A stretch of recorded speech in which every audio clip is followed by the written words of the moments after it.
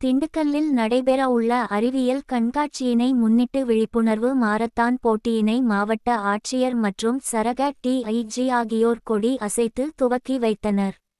தமிழகத்தில் முதன்முறையாக அறிவியல் தொழில்நுட்பம் மற்றும் புத்தாக்க திருவிழா கண்காட்சி திண்டுக்கல்லில் வருகிற ஜனவரி 28ஆம் தேதி முதல் பிப்ரவரி 3ஆம் தேதி வரை நடைபெற உள்ளது. இதனை பொதுமக்களிடையே தெரியப்படுத்தும் விதமாக விழிப்புணர்வு மாரத்தான் போட்டி நடைபெற்றது.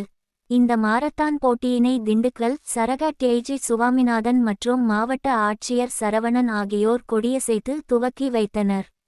இந்த மாரத்தான் போட்டி ஆண்கள், பெண்கள், பள்ளி மாணவர்கள், மாணவிகள் என் 4 பிரிவுகளில் நடைபெற்றது.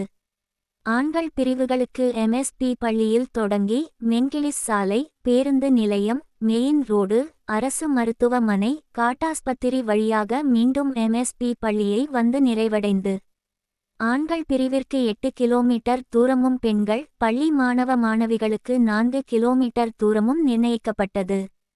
இந்த மாரத்தான் ஆண்கள் பெண்கள் என பள்ளி மாணவர்கள் மாணவ மாணவிகள் என 1000க்கும் மேற்பட்டோர் கலந்து கொண்டனர். இந்த மாரத்தானில் 6 வயது சிறுமி மற்றும் 60 வயது முதிய பெண் உட்பட கலந்து கொண்டது சிறப்பு அம்சமாகும்.